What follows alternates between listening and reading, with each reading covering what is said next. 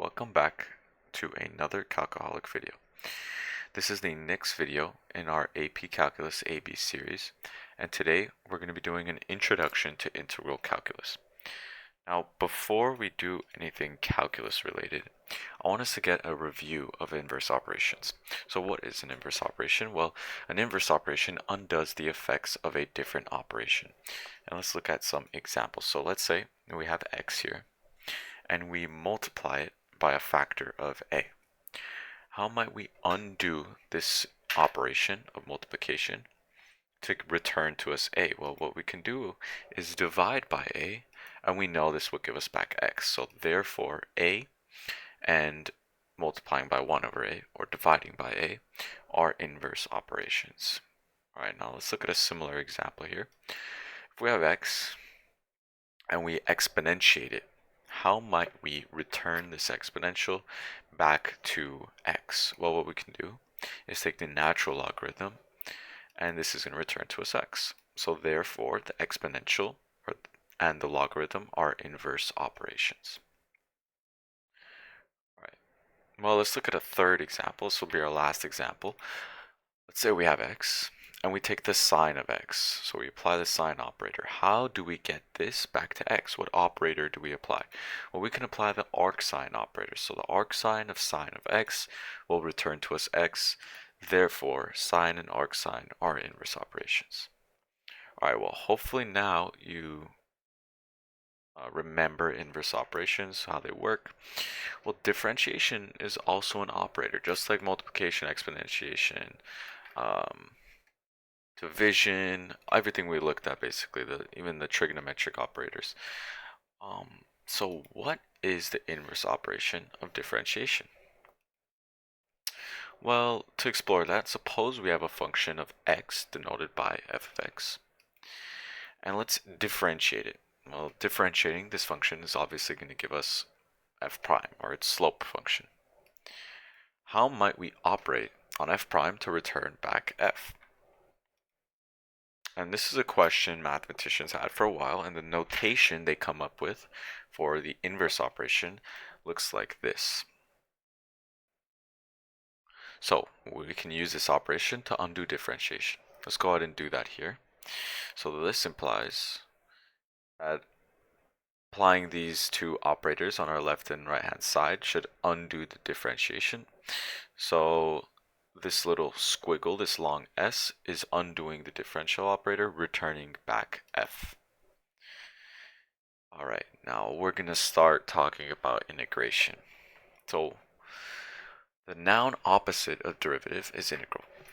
All right. The verb opposite of differentiate is integrate. The process opposite of differentiation is integration. So that is the terminology you're going to be using. Typically, students use derive in substitute of differentiate, and those are not the same thing. Derive means to formulate something original. That is completely different from differentiating. So just be careful with what kind of words you use. I just wanted to make this very clear. So now let's look at some notation. On the left side here, we have the derivative operator, or the differential operator, and on the right hand side we have the integral operator. So let me get a laser pointer out real fast. This is the derivative operator, and this tells us with respect to what variable. This is the integral operator, and this tells us with respect to what variable we're integrating. All right, similarly, let's look at our entire integral notation here. This is dubbed the integral. This is dubbed the differential. In this case, it's the differential with respect to x. And the function at which is being integrated is called the integrand. So that's how you would refer to the function that's being integrated. All right, moving on. All right, undo the effects of differentiation using integration. So what I want to do is get rid of this derivative operator. How might I do that? Well, let's apply the integral operator to both sides. We'll see here that this derivative operator is going to cancel this this integral operator is going to cancel this derivative operator. And this, of course, whatever we operate on the left hand side, we have to operate on the right hand side, so we're going to get the integral of 2x dx. Therefore, integral of 2x dx equals x squared. Alright, now I want us to undo the effects of differentiation using integration. Let's say we're taking the derivative with respect to x of x squared plus 1. We know this to be 2x. So this implies, if we apply our integral operator to both sides, that the integral of 2x dx is x squared plus 1. But this is interesting. Well, why? Well, because we also got that the integral of 2x dx is x squared. So how can two functions have the same integral? This is strange. Well, I have an hypothesis, so why don't we go ahead and differentiate x squared plus c, where c is some arbitrary constant. We're still going to be outputting 2x. Alright, now let's undo the effects of differentiation using our integral operator. Therefore, the integral of 2x dx is x squared plus c. So what happened here? Well, what happened is the constant of integration. So this c that is coming out of integration is a result of the power reducing property of differentiation, which turns constant values to 0. So I'm actually going to get out a pen here, and I want us to think really briefly about the derivative of, let's say, cosine plus 1. Now what about the derivative of cosine plus 3? And what about the derivative of cosine plus blah blah blah blah blah blah blah? So let's say we have an infinite amount of functions where this constant value here goes from 1 to infinity. All of these functions will have the same derivative, being negative sine x. So if I wanted to undo differentiation here, so I integrate it, which one of these functions am I going to get? Am I going to get this one? Am I going to get this one? Or am I going to get this one? Well, how we make up for that, because all of these functions have the same derivative, how we make up for that is with this constant of integration here. So this arbitrary constant accounts for all varying possible values of c. And what's the proof here? Well, it's pretty simple. Let's differentiate both sides. With respect to x, this returns this f prime of x equals f prime of x. Therefore, it's a true statement, so the integral of f prime of x with respect to x is the function plus some arbitrary constant c. Alright, so knowing about the constant of integration, I want us to undo the effects of differentiation using integration. So, say we have the derivative of cosine x with respect to x, we know that's sine x times negative 1. This implies that the derivative with respect to x of negative cosine x is sine x, right? So all I did here is multiply both sides by negative 1 and take the negative 1 into the derivative operator because of the constant multiple. So now what I'm going to do is apply my integral operator. So this,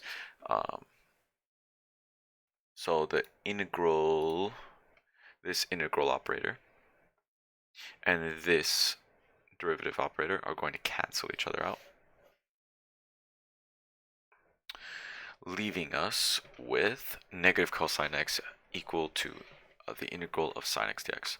We aren't done though, because we haven't added our plus c.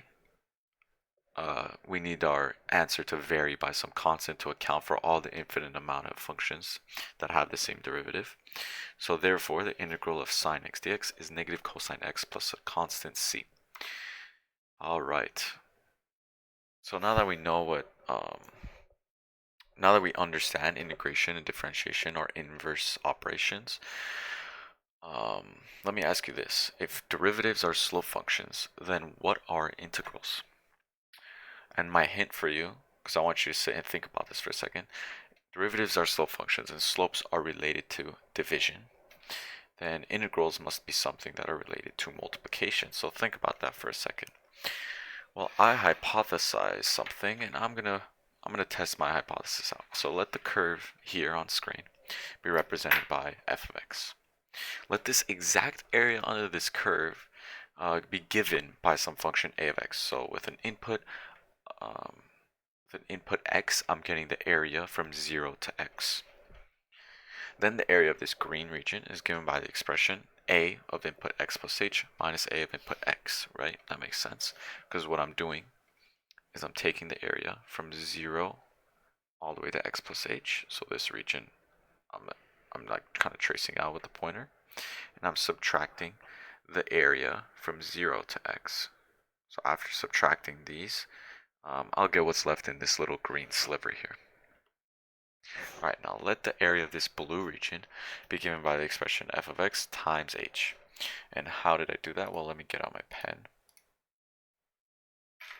We know this is a rectangle. Rectangles have area formulas for width. Width here is h, and height, which is f of x. So multiplying these must give us the area of this blue region here. Similarly, for this orange region, we know its width is still h, but its height has changed to f of x plus h. Why? Well, because obviously we need the function height at its rightmost point x plus h. So let the area of this orange region be given by the expression f of x plus h times h. So now what I want us to do is compare the areas here.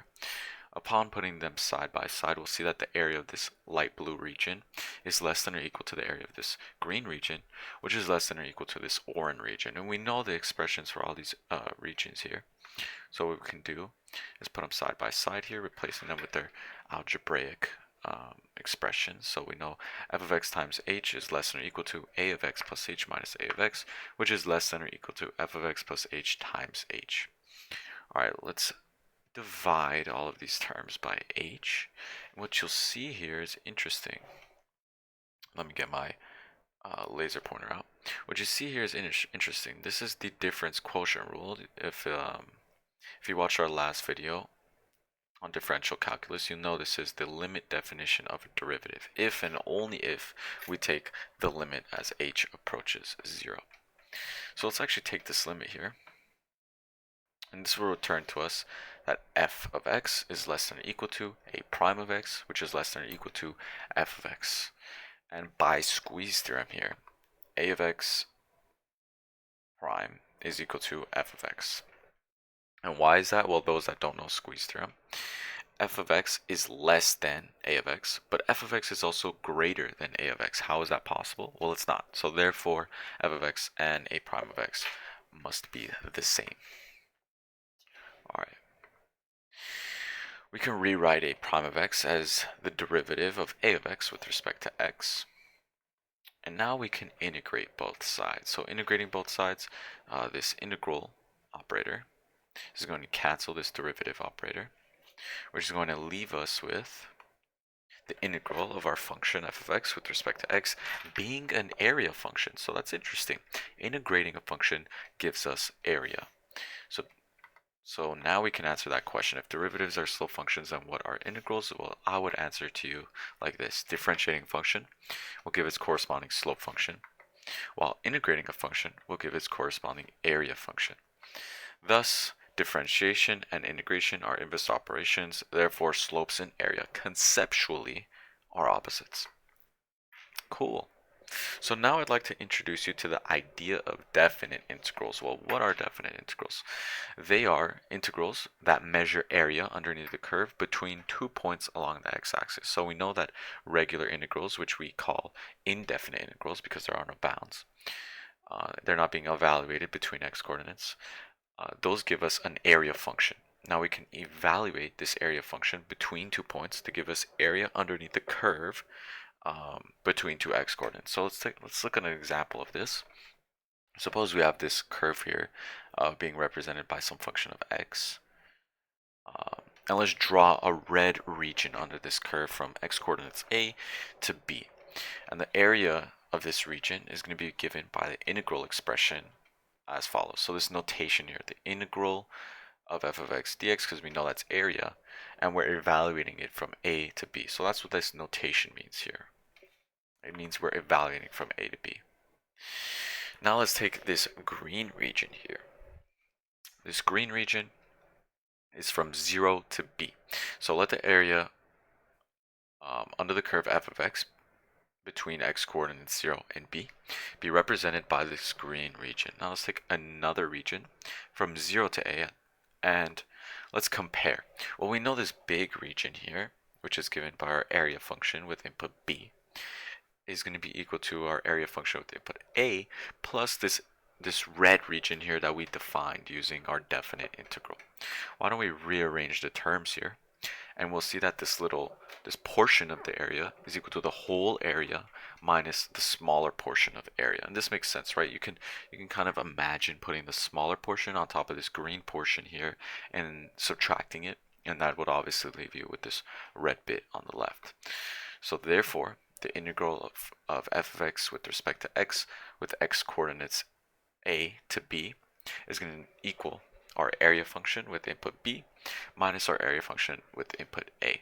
And this is called the second fundamental theorem of calculus. It's very important.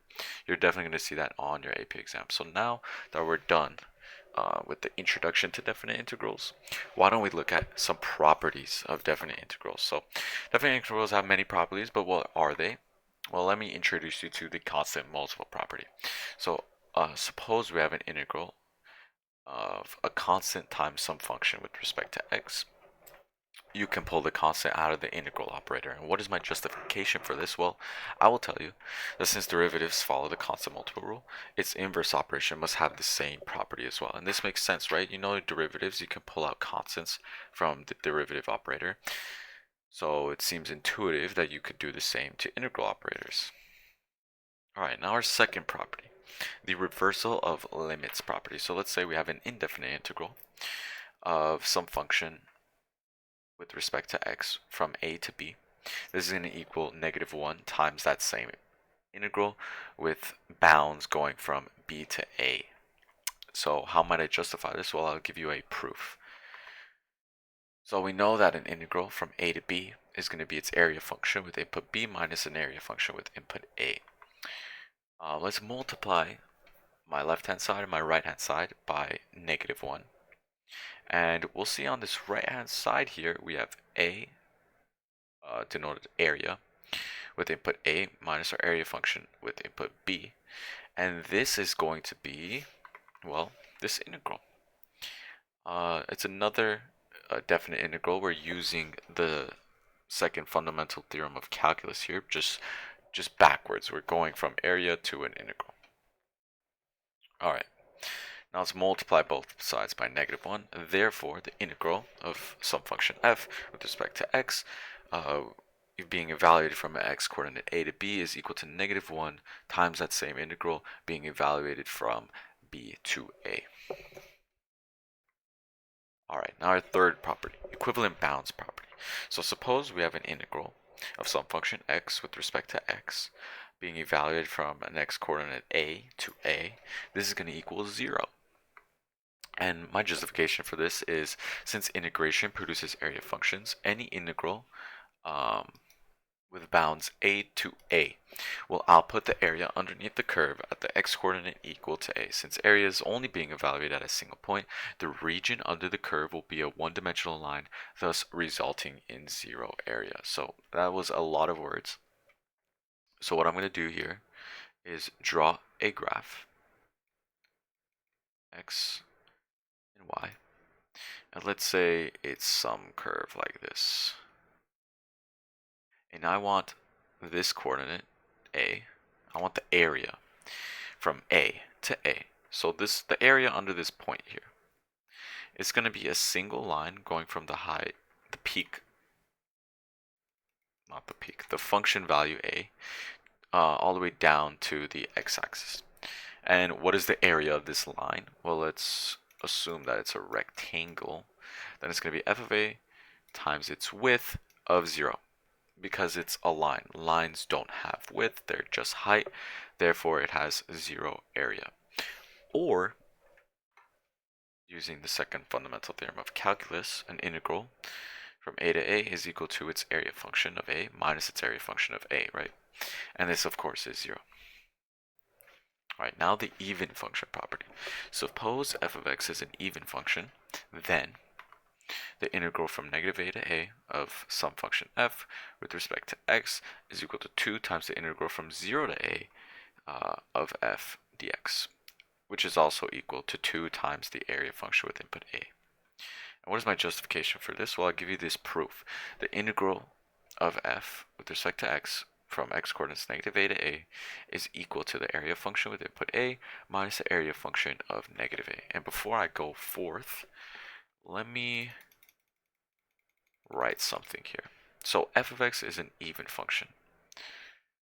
F of x is an even function. So let me differentiate an odd function, like x cubed. What is this going to be? Well, we all have done differential calculus, and we know that this is 3x squared. So that means that if I integrate 3x squared, which is an even function, I'm going to get an odd function. So since differentiating odd functions give us even functions, integrating even functions will give us odd functions. So that means that since f is even, this area function must be odd. So knowing that, the -1 inside the input over here, can be taken out of the function, right? Because that's a property of odd functions. So therefore, the integral from negative a to a of f of x dx is equal to 2 times our area function with input a. Now let's do the same thing, but for odd functions. And I'll tell you that the integral from negative a to a of f of x dx is equal to 0. What is my justification? Well, similarly, let me get out my pen. If we differentiate an even function, say x squared, this will be an odd function. So if I integrate an odd function, this should be an even function. And that's true. F of x is odd, so this area function must be even. And if so, then the following is true. The integral from negative a to a of our f function f with respect to x is equal to our area function a minus our area function a. And why is this? Well, this -1 goes away because the area function is even, so we have a of a minus a of a. Therefore, the integral from negative a to a of f of x dx is 0. And now our last property, the last property I want to talk about, the fundamental theorem of calculus. So this is the first theorem. If we have an area function with respect to x, it's equal to the integral from some function u to some function v of f of t dt. So notice that these dummy variables are different. This is with respect to t, this is with respect to x. And u and v in this case are actually functions. So let's differentiate both sides. This will give us that our function f of x is equal to our function with input v, so the upper limit, times the derivative of v, minus f of input u times the derivative of u. And this is a result of chain rule. And I just want to quickly go over an example here. I'll use my pen. So suppose we have big F of x is equal to the integral from, let's say, pi to sine of t dt. Well, we know that differentiating undoes integration. So if I differentiate both sides, I should get small f of x is equal to, well, how does differentiation undo definite integration? And this is the rule we follow. So then we would have t would be replaced with sine of x times the derivative of sine of x, which is cosine x, minus f of pi. So f of pi times the derivative of pi. Well, we know the derivative of pi is 0. So this means our function is going to be sine x cosine x. Interesting, right? And that is because of chain rule again. Alright, so moving on, I want us to practice some integration here. Suppose we have the following integral. I want you to evaluate this integral here. We have 2 over 3x dx. Well, the first thing you could do is pull out the 2 over 3 because it's constant. So we're applying the constant multiple rule. But what do we do now? I'm kind of stuck. So let me think a little bit. Let me use my knowledge of differential calculus. I know that the derivative of ln x plus some constant is equal to 1 over x. So knowing this information, recalling this information, I can integrate both sides and get ln x plus c is equal to the integral of 1 over x dx. So therefore, my answer here is 2 over 3 times ln x plus c.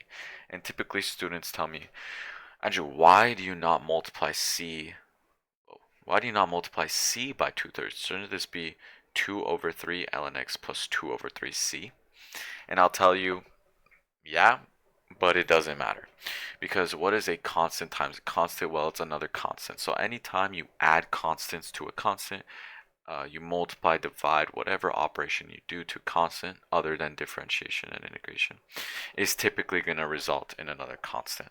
So my short answer is it absorbs the 2/3. So if you're confused, don't be. It's really simple. Constant times constant is constant, so we just keep it as plus c. All right, moving on. Undo the effects of differentiation using integration by first finding the derivative. So given this derivative, I want you to find the derivative and then integrate both sides to tell me what this integral is. So we know that this derivative of x is x to the r. Don't believe me? Here, I'll do it really quick in pen. All right, so suppose we have this. We can pull out 1 over r plus 1 from the derivative operator. And what's left is r plus 1. So this is equal to, now let's take the derivative of this. R plus 1 is constant. So what do? We take r plus 1 down and multiply by it, and then subtract our power by 1. So what we have is r plus 1 over r plus 1 times x to r plus 1 minus 1. And of course, this is equal to x to the power. This becomes 1, and plus 1 minus 1 is 0, so that leaves us with r. Okay, cool. So now what we do, integrate both sides. This integral operator and this derivative operator are going to cancel out, leaving us with the integral of x to the power of r dx equals x to the power of r plus 1 all over r plus 1. And the reason I say implies that and not therefore is because we haven't added our constant of integration. So what is this called? I mean, obviously this looks really similar to the power rule for differentiation. So what is it called for integration? Well, this is called the reverse power rule. So the integral of x raised to the power of r, which r is some constant,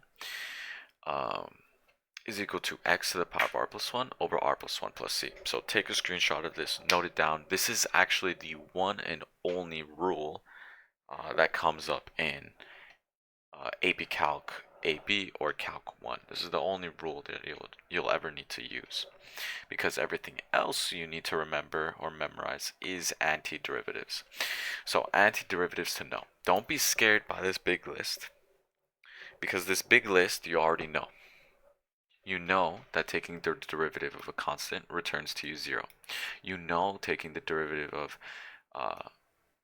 x with respect to x returns 1. You know taking the derivative of this returns x to the r. We just proved it. You know taking the derivative of e to the x returns e to the x. Everything in this list you already know. We're just writing it in terms of integrals instead of derivatives. So this whole list here, it's nothing new. We've just undone differentiation to find an integral. So these ones where you just undo differentiation, they're called antiderivatives, because what are they? Well, they're just our derivative formulas written inversely to give us integrals. Alright, so now the last thing I want us to look at is Riemann sum approximations. So what is a Riemann sum approximation? Well, let me tell you. So let's say we have this curve here, e to the negative x squared, and I wanted to integrate it. Well, spoiler alert, e to the negative x squared is non-integrable, so you can't integrate it. This means there's no standard function to represent its area, nor is there a function that can be differentiated to return e to the negative x squared. So, is there any way that I can get area under this curve if I can't integrate? Well, I'll tell you maybe. So what we can do is pick some x coordinates. Here I've chosen x equals -2 and x equals 2, and I'm going to use 4 rectangles to estimate its area. So I picked 4 rectangles and I've chosen to go from the left. So I'm taking the leftmost point and I'm saying that is the rectangle height. You can do the same, but instead go from the rightmost point, and what that would look like is this.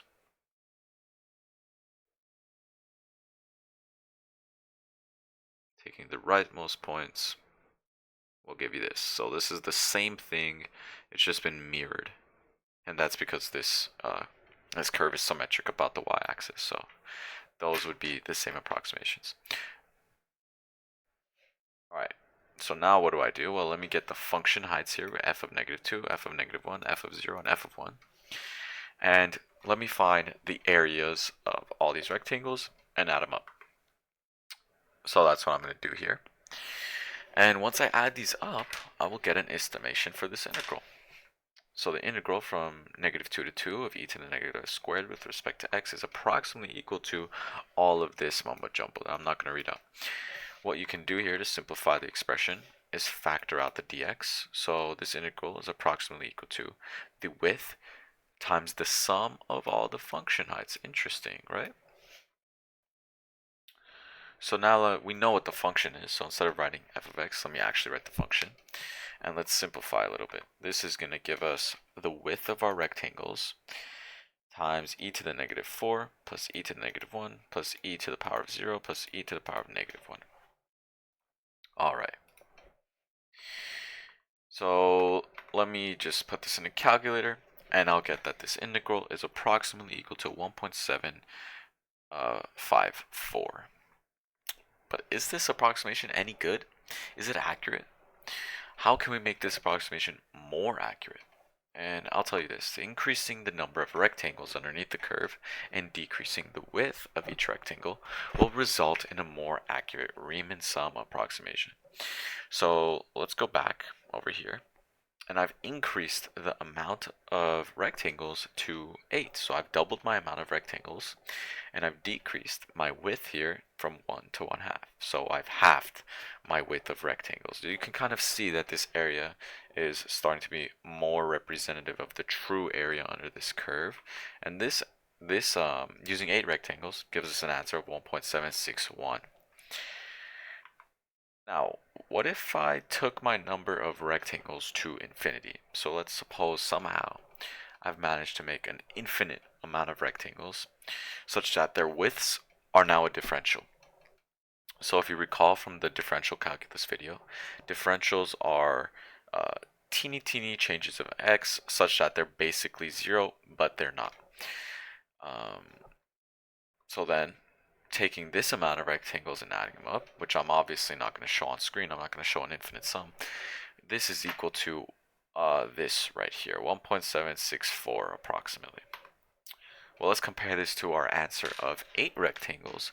They're pretty close. You know, I'm only off by 0.003. So that's pretty useful, right? We can approximate definite integrals using a Riemann sum approximation. Now, what is the Riemann sum definition? Well, I'll actually tell you that integration is actually formally defined using this.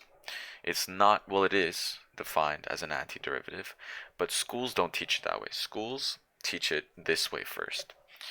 And what they'll tell you is the integral of some function with respect to x with bounds a and b is the same as taking the limit as the number of rectangles under that curve approaches infinity with an infinite sum from 1 to infinity of the function with the corresponding x point, we call this the partition, with a change in x also partitioned, such that this delta x is equal to b minus a over n.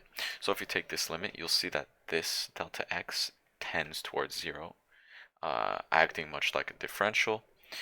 And this infinite sum here is going to give us the heights at every single point on the curve. So we're adding up all the heights and multiplying by the differential. And that's exactly what this notation here is. See, our delta x turns into differential, and this infinite sum of our function heights, well, that gets put into this integral notation. So this integral notation represents an infinite sum of our function heights times the differential. And of course, from a to b, that goes from this delta x to our bounds of integration. And why did they come up with this notation, this squiggly s? Well, what they did here, let me get out my pen, is they took the letter s, and what they did is they stretched it out. So the s standing for sum. So that's how they got this integral notation. And that's it for an introduction to integration. I'm going to be doing a video on techniques of integration very soon. And what you'd expect is polynomial substitution or U substitution. And I'm also going to go briefly onto integration by parts, trigonometric substitution, hyperbolic substitution, and yeah, I'm going to revisit Riemann sum approximations as well, and we're going to look at the midpoint and the Simpson's rule as well. So stay tuned for that. Thank you guys for watching. If you have any comments, questions, or concerns, please leave a comment down below. Thank you.